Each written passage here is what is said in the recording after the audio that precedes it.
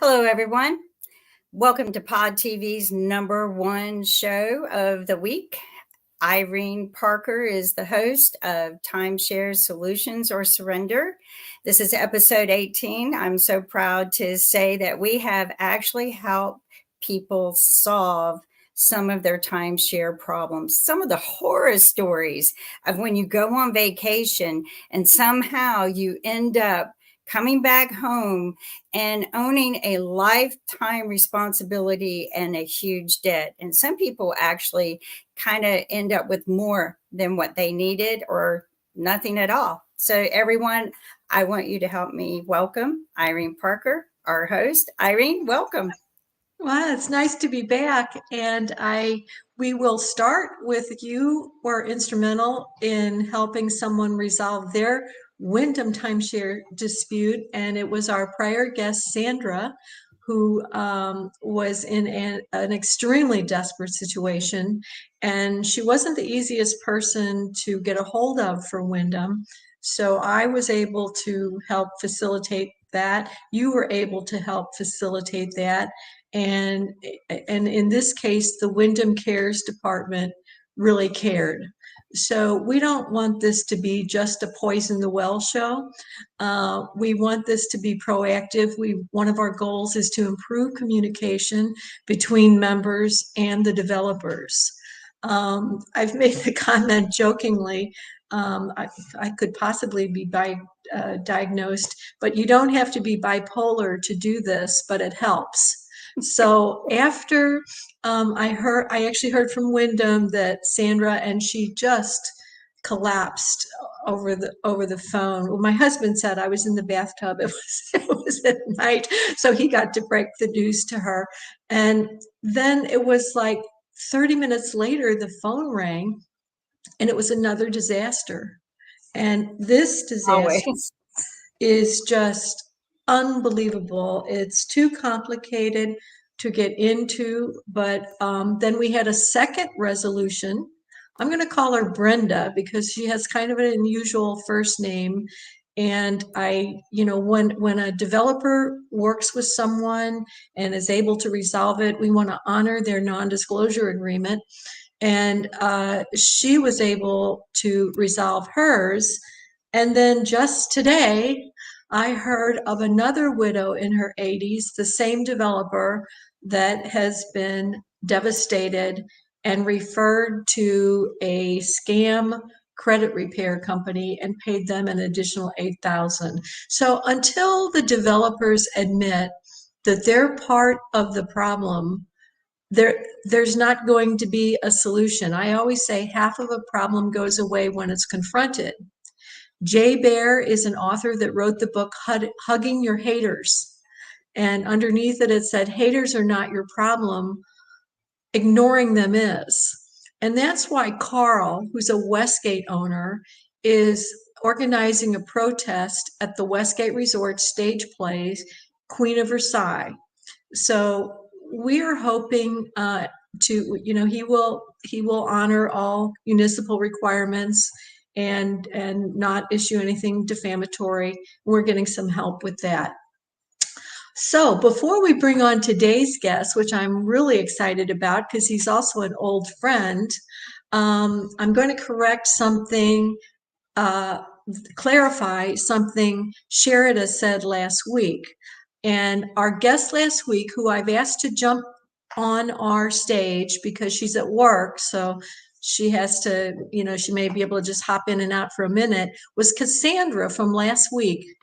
And let's go ahead and bring Mike to our stage, Mike Kennedy of Koala. And he will tell us, we heard from Cassandra. To save her some time today, I'll just recap what happened to her. She was in Las Vegas.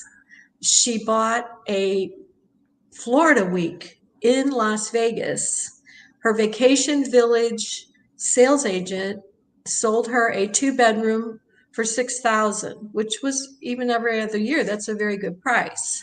And he said, because we have the Super Bowl in Las Vegas, you could rent that week out and earn your money back in a week. But the problem is she bought a Florida week.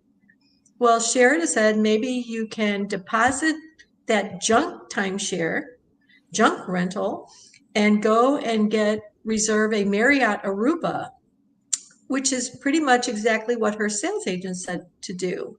So I said, all of these resale brokers use Red Week.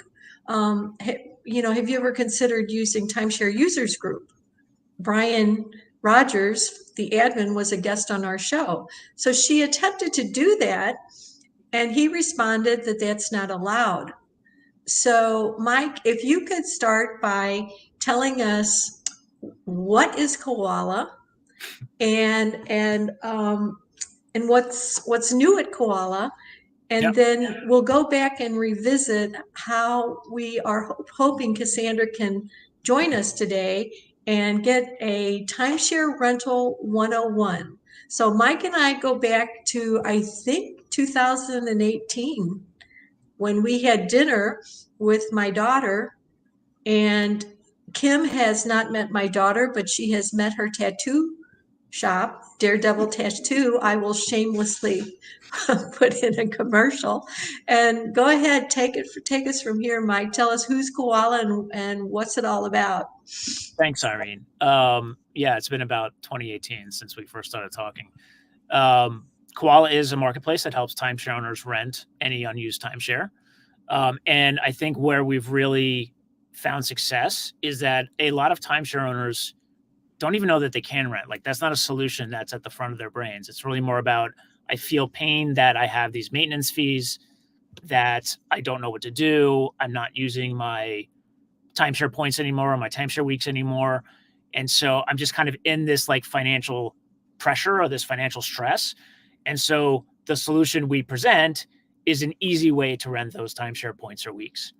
And so like when you see these other platforms that are out there, they're really more catered to people that kind of know what they're doing. You know how to price, you know what to grab.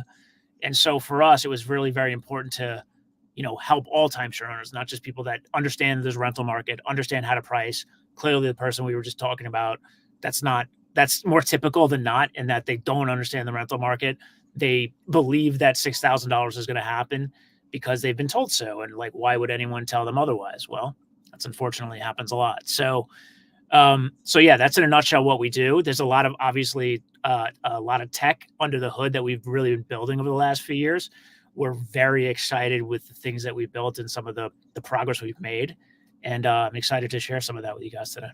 Well, and I will go ahead and confess that I was one of those clueless people that was terrified of renting my timeshare. You hear these stories about, and we first, John Raymond is a resale broker who's going to be on the show next week.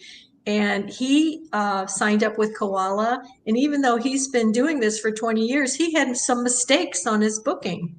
Yep. And Koala caught it. And Yep. so I was, I'm like, well, you rent an oceanfront and you have view of the parking lot. How do you know if there's so many scams out there? How do you know you're really renting from someone? So I rented a Fort Lauderdale week. I think it was like a couple years ago now, but I think it cost me like $900 for the week. And in July or August, and when I tried to go to booking.com and rent a week, I couldn't get availability until September, and it was like $1,800 or $1,900. So I'm always looking for a deal. I'm a Diamond member. I always book 60 days or less because you can get half off on your points. And so Koala, Kim, I think we've convinced you to sign up for Koala. Yeah, let's get started and show everyone. As we say, information about timeshares can sometimes become your solution. So let's go to Koala website. Let me add it to the stage. There we go. All right. I'm over in the About section, but I'm going to go back to just the home page. All right. So, yeah, I can walk you through a couple of these things. Okay. So like, from the onset, this is obviously a very simple UX, UI design. you have a search function, you have a dates function. But up top, there's stuff that's a little bit more specific to timeshare inventory. One of the things from a traveler's perspective that we've been kind of really working on and really working on getting right is that timeshare inventory, timeshare rentals are very counterintuitive to the average traveler's mindset when they're renting. The average traveler will come in and say, I need to be in this location for these dates. What do you got? And that's not necessarily the way timeshare rentals work. Timeshare rentals work in many cases. There are 7-night stays, Friday or Saturday check-ins. And so you, as the traveler, need to be a little bit flexible. And it's like, show me the deals. And so how do you kind of merge those two mindsets where you have a traveler's mindset that wants to just come in, punch in some dates and see what's available. But then you also have more of a timeshare rental friendly mindset where you say, you know what do you have in the summer that's on a beach, and show me the goods, show me the deals. And so we've done that in a way that allows you to kind of search in those different capacities. Well, and so if I can just recap that, you want to be more general instead of saying I want to say. Don't click. There's no timeshares in Athens, Greece. Okay. Let me let you continue then. Yeah, I see this up here now. Most people like to go to Florida. Yeah, it's too hot for me, but okay, let's go. Let's check it out. All right. Well, so Bonnet these Creek has a ton of inventory. So this is, if you see the toggle above there between listings and resorts, you'll notice that gives you the two different ways in which you can enter the search. So this is a resort-led search. So it allows you to see the resorts and then dive into what's available at those resorts. If you click listings, it'll just go to all of the listings that are available. Like these are just, think of it like you're buying something on eBay. You're just picking it off the shelf and here's a 7-night stay, if that makes sense. Got it. And this gives users the optionality, if they're used to more of like a tug where there's like a bunch of weeks in a scroll, like on a ledger, or booking.com where you're really putting in dates and a location, kind of like what you just tried to do. That's the problem actually, in that like people want to go to more randomized places that they might punch in with Airbnb or they might punch in with Expedia, but timeshare resorts are not that ubiquitous as much as someone's home or hotels that are everywhere in the world. Well, and I like the idea that I'm helping someone pay their maintenance fees. I'm liking this a lot. I mean, because like I don't have to be a timeshare member to rent these, right? Bingo. No, that's the whole point of what we are trying to do. So, timeshare rentals in general are very insular in that, like, even those renting them know they're kind of in the know. Like it's if you know kind of thing. Generally speaking, you're not hitting a much broader traveler audience because you wouldn't know where to look. A lot of the sites have paywalls where you have to pay to enter. Some of them are just more arcane or, not as popular, not as available to the general traveler. But more importantly, it's because of the way the transactions are handled, in that like you're sending an individual PayPal or a personal check. And that really doesn't fly with today's mainstream traveler. They want, like you say, to be secure. They want to book something and know that they're going to get what they're going to get and that they're booking from someone that's real. And that, in many cases, doesn't exist in the timeshare rental markets today. Our platform. And we just had Cassandra just joined us. If Kim, we can invite her on to the stage for her timeshare koala rental 101. Got it. Yeah. And Mike, how do you welcome Cassandra, welcome back. How do you know that what we pick to rent is accurate?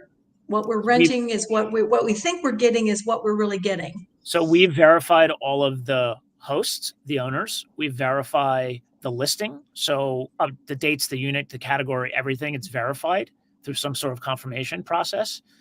And more importantly, we handle the transaction, which means we withhold funds until after the check-in. We are not asking you to send PayPal to someone that could be a scammer or not a real listing or not even a real person or not saying who they are.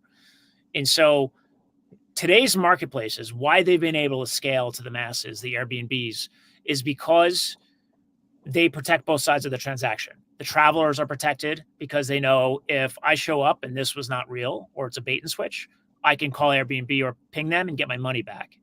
The host knows that there's some protections for them, that if something were to be damaged in the property, they would be protected.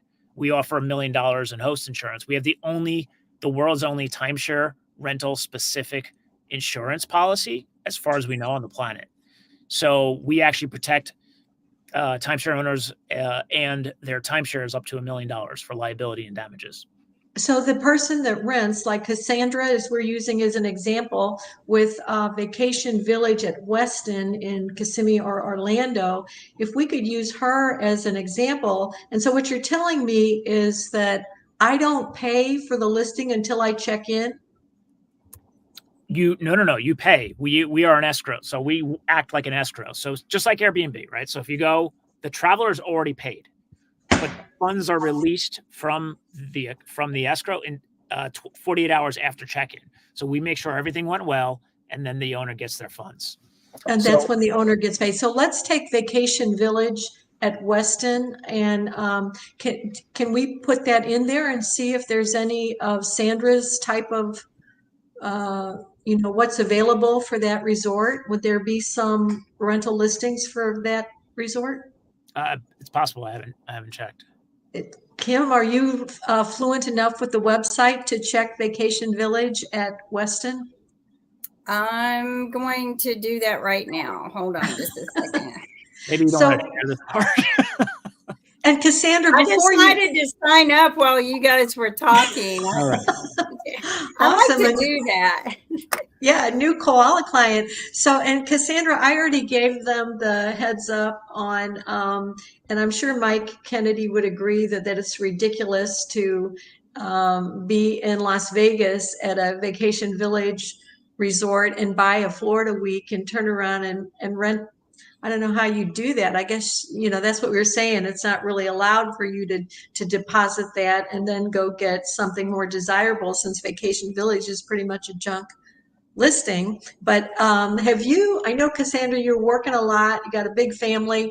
Have you been able to go on the Koala website at all? Or what have you learned so far about renting? I'm going to go on the website today and sign up. Okay, so you'll get some good information today about how to do that. And now, was this your first timeshare purchase ever? Yes, ever. Okay. Yes. Okay, so it's like, welcome to our world here. And again, we're going to do a thing. We're going to turn lemons into lemonade and see how we can make the best of it. How do we help Cassandra at this point? Pretend like I'm going to use this, but you tell me what she should do. Well, Cassandra's experience is unfortunately what a lot of owners experience, which is that the salespeople anchor a price to the purchase or some sort of rental income to the purchase. And this in turn has created a lot of friction between the concept of timeshare rentals and developers themselves, right? Like, I fundamentally believe, which seems pretty obvious, that timeshare rentals would help the industry because it creates liquidity in a product that doesn't have any. It makes the product better, and it makes particularly the younger, more tech-savvy generation considerably more likely to purchase a timeshare. Like, I know they're almost not buying it at all, like the younger generations, in many cases, because of all of the reputational damage that has occurred. Now, again, some of that's getting better. The clubs have gone a long way to improve reputation and to improve the product and all that. But this is still a major problem in that it is widely known that there are liquidity issues, meaning they can't sell it. It's hard to get out of. You're spending money that you're never going to see again and all those things. And so it's very natural for a salesperson to say, but here's a way to get liquidity out of something that doesn't necessarily exist. And there could be some truth to that, but when you start anchoring it to a price, then it becomes a problem.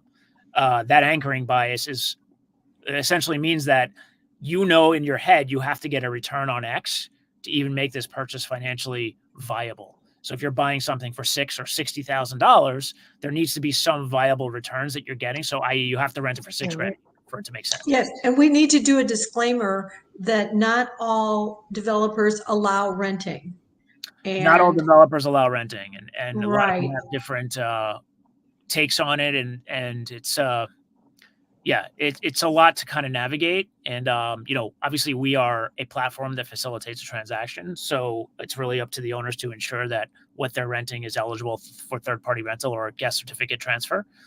But yeah, they're to some degree, they are apprehensive about embracing timeshare rentals, and a lot of it is because of the way it could get out of control in presenting as a potential income generating investment. And it's a competition to them. Like, they want to do their own rentals, but in the case of Wyndham, the people that I've talked to, the Wyndham program hasn't worked for them because they'll deposit a week and they'll only rent 4 days, and then Wyndham keeps 40%. Now, back to Cassandra, is Kim able to type in their vacation village at Weston and see what pops up? I just sent you the link, but you can do it. I sent you the link in the chat. It's the whole resort page. Oh, okay. Kim, yeah, she's looking for that. And Blue Green has gone the additional step where we are overwhelmed with complaints about this. Just like Cassandra, the sales agent either sold us more points or told us we could make our maintenance fees back. And then now Blue Green is suspending accounts, accusing people of commercial activity. And we know for a fact, a couple of them in no way was commercial activity. Okay, now what do we have up here on the screen? That's just the resort page. So you have images. You can scroll down. You'll start to see listings. Okay. But again, to your point, I think the commercial use thing is really complicated and very nebulous. And I think that I'm not sure how a lot of people can identify that, because it was my understanding and always been our understanding that, commercial use means you're renting it as a business and for profits or gains. And so generally speaking, our owners are using it to cover or offset some of their maintenance fees, which again, not only benefits the product itself to have that sort of outlet, but benefits the owners that are in the system right now, because it gives them some way to continue paying those fees. And of course, makes it more attractive for the younger generations, i.e. their children, to want to take that over and inherit it. Now, what's the difference between renting points and renting a week? Because Cassandra has Cassandra, you have, I believe, a floating week, or do you have a specific week? Do you know? I have a floating week. Okay. So when Sherida was talking to Mike and to Cassandra, she suggested that Florida, you would want to you would put a listing up for January, February, or the spring break, March. For some reason, President's Weekend is a high demand. Off season in Florida is like September, October, November, which is when I always like to stay, because there's deals everywhere. And tell us what you actually bought. What kind of unit did you buy, Cassandra? It's a 2-bedroom unit. Every other year? Yes. Okay. And so off the top of your head, Mike, do you agree with those periods that I suggested, that Sherida suggested? It's very relative. You're talking about something that is very subjective. So, for example, January and February, obviously people want to go to the warm weather. That's a very peak season if you're talking about the Caribbean, talking about places that have beaches and very warm. But if you're talking about New York City, it was our off season when I worked in New York. So, again, very subjective, but I would say generally speaking, if you're looking at booking something in Orlando, you want to be booking in the winter. I know, like Christmas time, that area, families want to go to the Universal theme parks or Disney theme parks. But again, you have to, every club has their own rules and regulations about what they can and cannot rent. So you have to make sure you're within those guidelines. And, we're not in the business of telling people what they should or should not rent. We're only telling people this is what's out there in the market, and they on some level need to do their own due diligence. And how will the koala people guide Cassandra? Are they allowed to help her suggest a listing price, or will she have to do that research on her own? It depends. We have, if you want to list yourself for free, it's a totally free process. You go on, you put your price in. That would be unassisted. We do have VIP memberships that get a little bit more involved as you go into the VIP membership tiers. It's just really what matters. There are easy ways to find market comps, to find pricing. You obviously want to see what's out there in the market. Sometimes you could find the exact same unit on a different website through the developer. And so when you get that exact unit for the exact dates, you know exactly where you need to be. The secondary market's always going to be a little less expensive than the primary market because, again, we talked about this. You're dealing with less flexible cancellation policies, less flexible check-in and check-out days. So, and you're renting directly from an owner. So even though we de-risk it as a platform considerably, mentally there's still more risk than if you're just booking with the actual resort. Mentally, we do enough to make it completely foolproof, but at the end of the day, people feel more comfortable sometimes. So for all those reasons, you need to be very price sensitive when you are pricing, but it gives you a good barometer or a threshold of what market rates are, and you could go from there.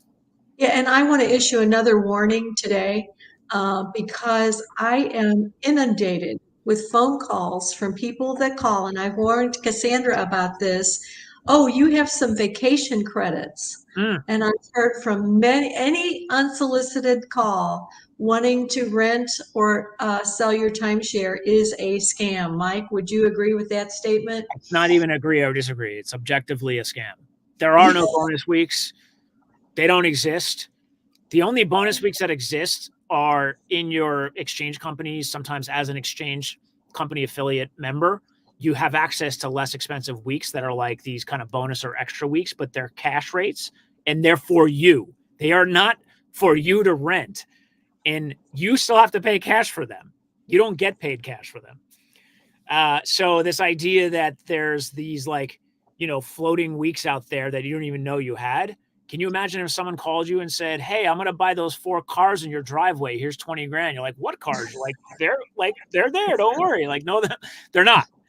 They're not there. There's no bonus weeks. Please stop falling for this. People are out thousands of dollars. The trick is that they get you to pay like $300 or $400 per week, and there's usually like 6 magical weeks out there. So you're paying thousands of dollars up front to get some return of like 6 to 8 grand is what they're saying. Now you can become one of our undercover sleuths, Cassandra. And what I do if I'm in the mood is I will interrogate them. Give me your first and last name. What is the name of your company? We're from the rental department. No, your company must have a name. Give me your phone number. Is there a phone number I can call you back? And then click, they're gone. But now with Cassandra, she doesn't know where to begin. At one of your levels, can a koala representative suggest to her what would be a good listing, or is that like you need a licensed real estate agent to do that? You don't need a licensed real estate agent to tell. Again, it's based off of seasonalities. This is just market insights, meaning that we know what people are looking for. We know what average price points are. We have tons of data over the years of people using the platform. And so we're able to kind of collate that data and offer that in a way that gives our members a lot of insight onto what to book. And in some cases, we'll really guide them to that direction. Well, and I think this would be a good time if we could tell Cassandra what are the levels that you referred to, and let's see if we can figure out what would be the best level for her budget and the expertise that she needs as a new timeshare rental person. Sure. So if you want to go to memberships, if you scroll to the bottom on the footer. I don't know if Kim might not be able to hear us if she's not on stage. I guess she can. So there's a link to memberships if you just scroll down. Oh, there she goes. See, go back up. Right there, memberships. It's right above Koala Pro. This is great. It's like a college class in renting. So again, these are just the paid tiers. We have completely a free option where I always recommend you want to start at the free option. We launched these memberships because some owners just need more help. They need more time. They need assistance. They need more tools. In some cases, they want us to do everything for them. We have a full service concierge where it's just this white glove concierge service. You don't need to think about anything. And depending on what people want or need, you can choose from these different variables or different membership tiers. You can always start for free if you're not sure. Again, I say that because when you're spending money, especially in this industry, you want to make sure you're getting value. We want to make sure owners are getting value. And the VIP members are more likely to get bookings. They have a much higher likelihood of getting a booking if you're a VIP member versus if you're not. This is just a stat that we've seen on the platform because we're able to. Was that 3 levels? Yeah. If you just want to go back and, all right. So go scroll up if you don't mind. I'll show you the 3. Yeah. No, sorry. Yep. This. So you have your gold, which has hub access. Hub is an interesting product. It's only for a couple specific brands. And it allows owners to fulfill booking requests. And one of the things we heard was when we first started, when you look at all the platforms that are out there, because you have to go in and if you have a floating week, you have to go in and book something. And sometimes there's a fee associated with that, or sometimes there's some risk of loss. And we had owners emailing us every day. So look, I can book 80 different resorts. I can book all these different times of year. Like, tell me what travelers are looking for. And so we built a product that really followed that mindset. So here's what they're looking for. You can just fulfill it and respond. And I think, and $199, I see it's reduced from $249. That's per year too. That's just per year. It's not a lot of money. There's a lot of value there. The verified profiles and things like that give people some confidence. There's also a product called Suggested Listings that's in there that gives people some ideas of what is like the most searched pieces of inventory. And then going up to the Platinum VIP is Koala Concierge, which is what we spoke about. You have some heightened customer service access. So again, these are people that really want their hand held. They really want to, either they just don't know what they're doing, they have no experience and they have no desire to learn, or they're just busy and they don't want timeshare rentals to be a second job. And it's just like, here. And we really can get in there and help them with that. Koala Pro is something we're working on now. That's, we're looking at everything from, small businesses to enterprise connections. There's a lot of connectivity and a lot of technology under the hood. When we were first looking at, management of timeshare inventory and distribution of timeshare inventory to different platforms, different travel sites to get, eyeballs on them, there was really nothing that was specifically built for timeshare. Everything was either built for vacation rentals, which is very different type of inventory, or hotel APIs. Hotel APIs are what small hotel chains connect into to be shown on booking.com or Expedia, if that makes sense. Yeah, I have a interrupt you again. I have a real criticism with Sell My Timeshare Now and timeshares only.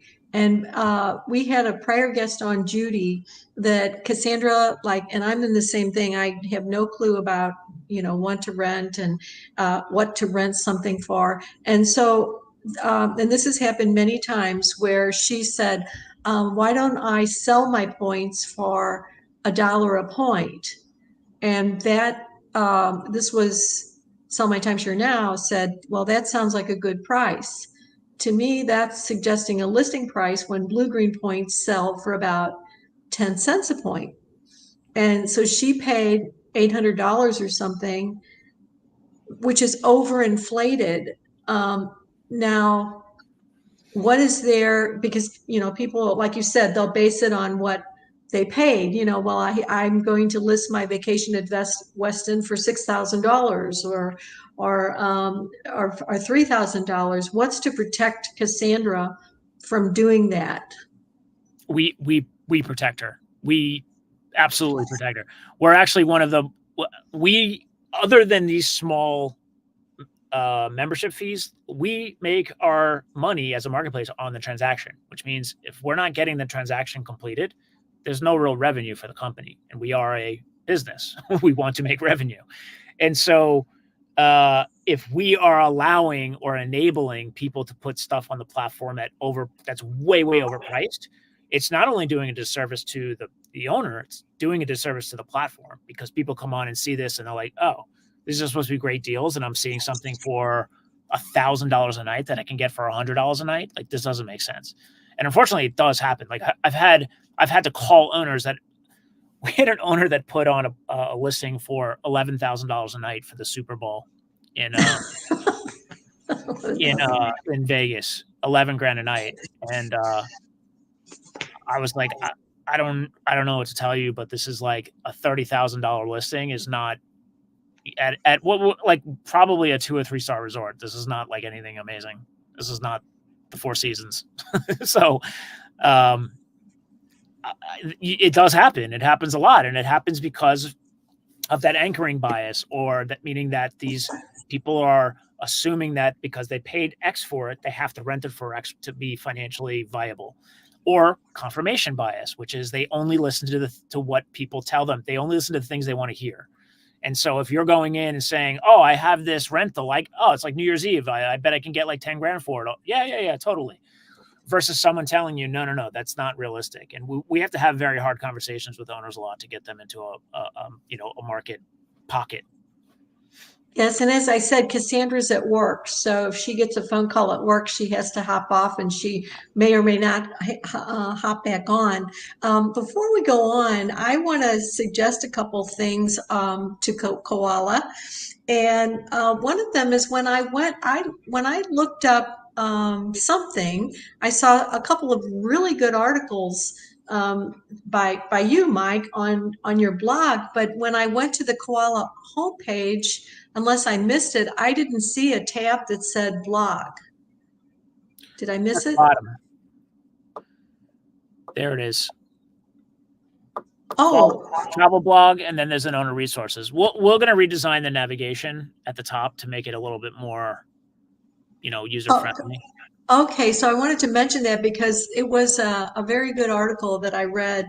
And the other thing that I want to suggest that when I use Koala, and it may not be important to a lot of people, but we prefer king size bed over queen size bed. And I know some listings, maybe booking.com, where it does describe the accommodation. Do you list that detail in your listings? Yeah, we break down everything. I mean, so when you select if you're putting a listing up, once you select the resort, all of the actual units are already databased. So we know what resorts have which unit types and categories, and you just select the one that your ownership or your reservation is in. And then it has all of that data already there. All of the resort data is already built out. Okay, I'm going to do a summary right now. So with Sell My Timeshare Now and Timeshare Only, they are listing services. So if I say I want to get a listing for an unreasonable, like you said, 11,000, nobody's going to correct you on that. You've just paid for that ad. If the transaction is the ad, then why would they? Exactly. Right. They've got their upfront fee, and you have to be careful that it's not inflated to justify. Now, Red Week and Tug, however, it's the same thing with Red Week, that when you put an ad on Red Week, they have their money, right? Yeah, the difference is Red Week is a viable marketplace. It has liquidity in the marketplace in that people are doing actual transactions. If anything, it's these are wholesale deals because you're dealing directly with owners. There's no marketplace protections in a lot of these. And so, but there are people in that marketplace that know what they're doing. And so a lot of brokers are in there. A lot of professionals are in there. People that manage other owners, like, they know what they're doing. So that's, even though there's a small listing fee, it's a marketplace that works. Same with Tug. Again, very low listing prices. You're not talking about $800-900 in listing fees. You're talking about, I don't know, I think they charge like $15 or something. It's nominal. So both of these are very reputable platforms that are trusted for a reason. And so for them, the idea is that there wouldn't be owners continuing to come back to these places if they weren't getting any results with any travelers or any people that are booking the platform. When you have another type of business model where it's all SEO driven sales, so get the owner in and then sell them on a concept. And that concept is, great, you want $50,000 for your resale? No problem. Give us this amount and you can list it for that and we'll put it out in front of everyone. And you're planting that idea that that's a possibility when it's not. And so, look, those are just different models. I mean, whatever seems to work for them, that seems to work for them. Owners, again, need to do their own due diligence and understand the dynamics of the marketplace. It's very hard to admit when you spent a lot of money and you've been burned. It's a lot easier to listen to someone telling you made a good choice than a bad choice. And so if there are sites that say, oh, yeah, this is great, you can totally make this amount of money on a rental and just sign here, that's a lot easier to listen to than, yeah, you're never going to make your money back. You're mortgaging at a high interest rate. And yes, there is potential rental income, but you have to look at what the market bears. No one cares what you paid for your timeshare. Nobody. They only care what else they can get it for from someone else. Or what your maintenance fees are. Nobody cares what your maintenance fees are. They don't care. If they can get that, if your maintenance fees are twice what you can book the same thing for on Expedia through the developer, then they'll go book it on Expedia through the developer. They don't care that you have maintenance fees to cover. You do. That was very nice of you to say that. But most people just don't care. They care about market competition and competitive pricing.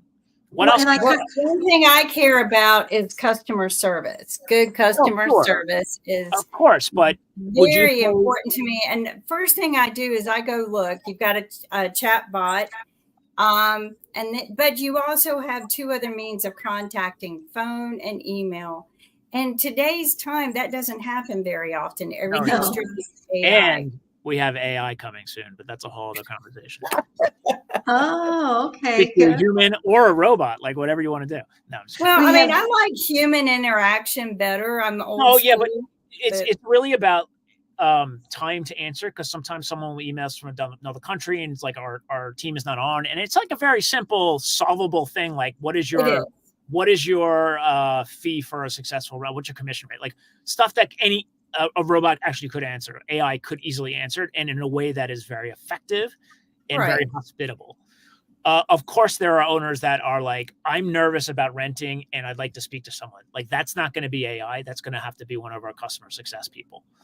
Right. So, but what that AI does is that solutions, and I think it's really one of those things that provide a positive outcome with for people who have no other outlet. So it's very good. And is it easier? Like, I call it your grandmother's timeshare, the fixed weeks where either you, like my daughter has an ad up with Maui Hill, but you told me, and it makes sense, that the Maui rentals are down because of the fires, unfortunately. And it's a real dichotomy.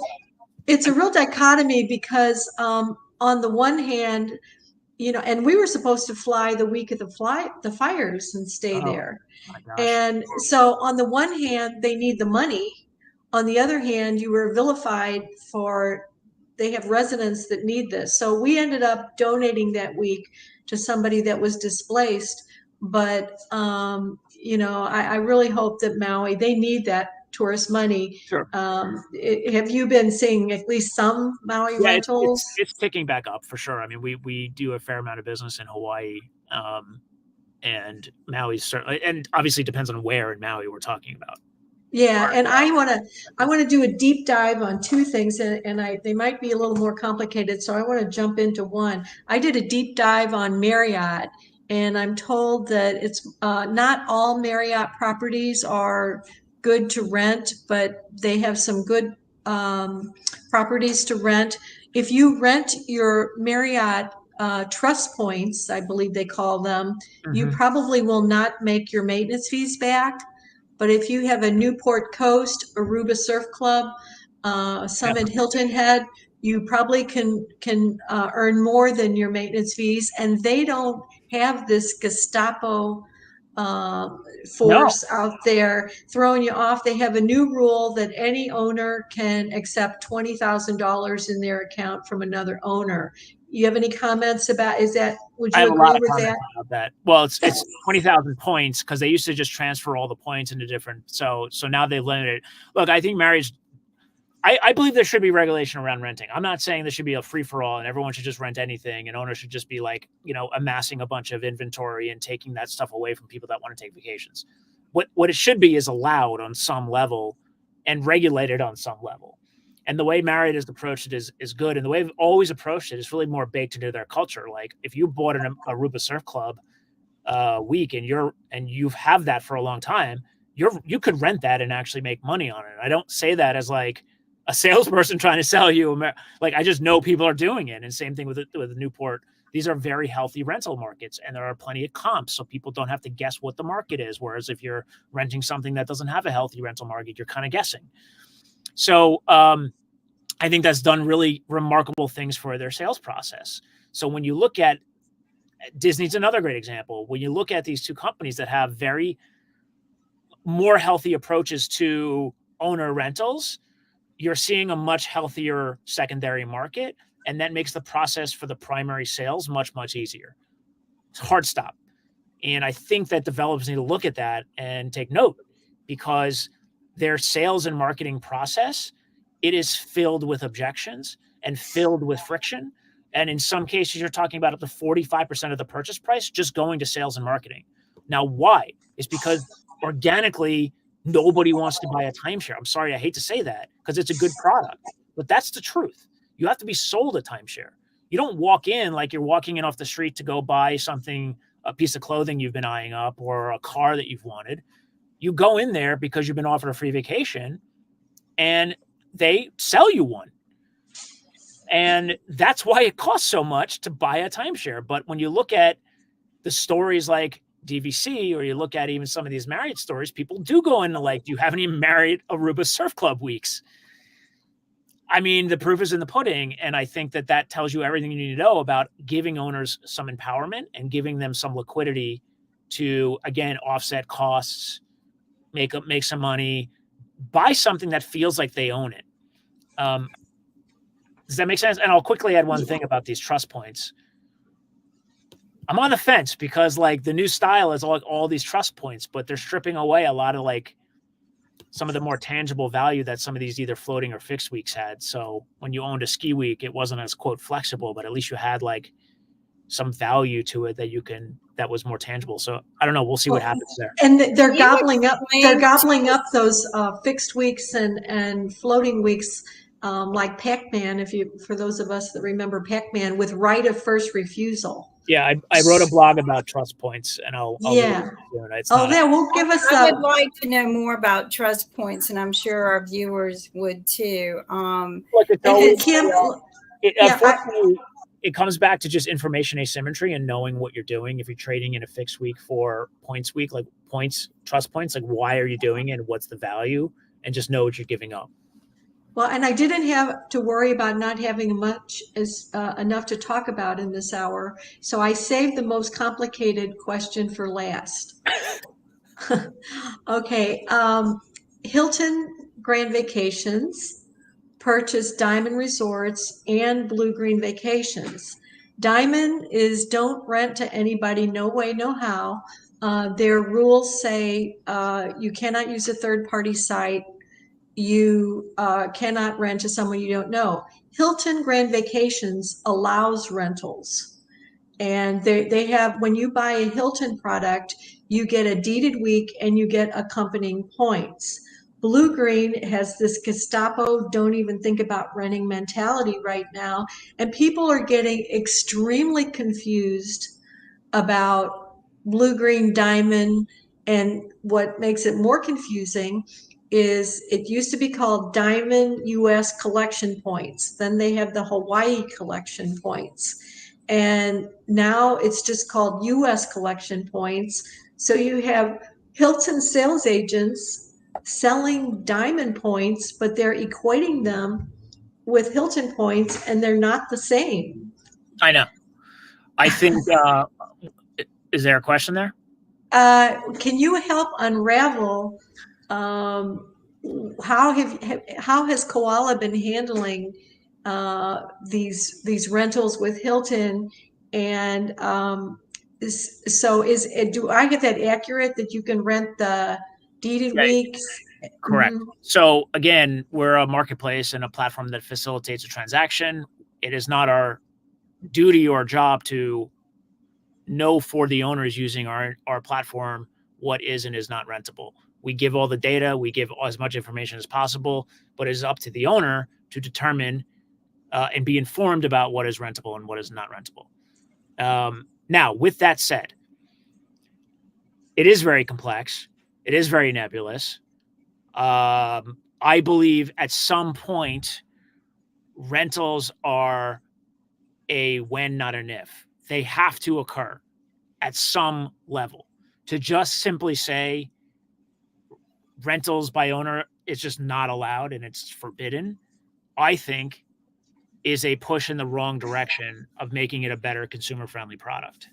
And I believe that the younger generations won't genuinely embrace this product until there's something that makes it easier for them to rent and makes it more clear about what those regulations are. That's the problem. There's no clarity around this. It's very confusing. And so for us, it's really about just continuing to push the message of why this is good for the industry, why this is good for not just owners, but for the actual developers. I sat on the line for 10 years selling this product. Like, I know that this is a real problem. And, you know, I sold for Hilton Club 57th Street. This was a very high-end product. And if those owners are having problems, then what is an owner that owns, what did you call them, junk weeks? What is that own? What is an owner there that doesn't have any real market value at all? Like, what are they feeling? And so we know this is a pervasive problem. And to just simply say it's not allowed is not going to help. Like, everyone is going to have to, at some point, we believe, offer some very clear way to get some rental income to cover or offset fees. That's well, it. there's no value for consideration in majority of the timeshares if you can't turn around and resell it or rent it out. I mean, it's just like owning a home, right? When you own a home, your value of consideration is you can rent it or you can sell it, right? But you have right now, the way most of these are sold, there is no value for consideration. And they need to change that because the younger generation, they're going to get smart on this and they're not going to buy. The Hilton will lose a lot unless they take them out and get them drunk like they did me. I'm going to stay away from No, that. that was the airplane that got you drunk. Well, the airplane, and then they lured me in knowing I was really because I told them I really don't need to be doing this because I had way too many drinks on my way here. But yeah, no, the thing is that there seems to be a lot of predatory selling in order to land a deal. They should make it something of value, right? Hey, look. But well, this is what closed me. If you don't like it, we'll buy it back anytime. That's what closed me because I was so dehydrated. I was coming off of the really good time I had on the plane with my sister and, just wanted out of there. They told me it would only be 90 minutes. It was already working on 4 hours. I was hungry, tired. And they said, we'll buy it back. And I'm like, my sister slaps me like this. And she goes, there you go. You have nothing to lose. and she works in lending. Yeah, she works in lending. And she told him up front, no way, no how, no way. So they told you that, well, here's, I mean, not to belabor this, but like, unfortunately, like what they say is in all the contracts are essentially, you don't believe anything that was told to you orally. It's all what's written in this contract. Well, the contract says that, but they tell you a lot of things and you're tired, drunk, vacation brain, ready to get it out. And you ask them, well, where is it in the contract? Well, it's right here. And it said there's a title that says buyback. There is a title. There is a title, but it's not, I'm sitting there. There's 50 pages to read through. If I bought a house, I would have never closed drunk and in 5 minutes, I would have closed in 30 days. Yeah. So I think the laws need to change to begin with. But yeah, Well, what we need to do, Kim, is we need to, and we're looking for a lawmaker to propose a bill that the oral representation clause that our former guest attorney Mike Finn described as the license to lie clause should be disclosed at or prior to the presentation.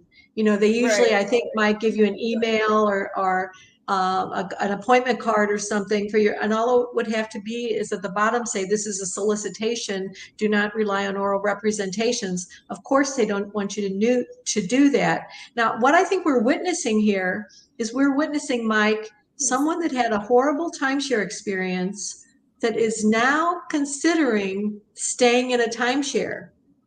Am I right, Kim? No, I don't know. I mean, one, I don't know if I'm, there's a lot of things I don't know yet, but I would take a look before I maybe book on a Airbnb.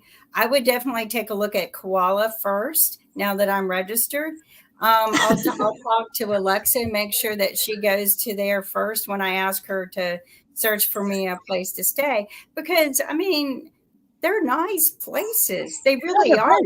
Cut their own throats by being really shady car salesmen.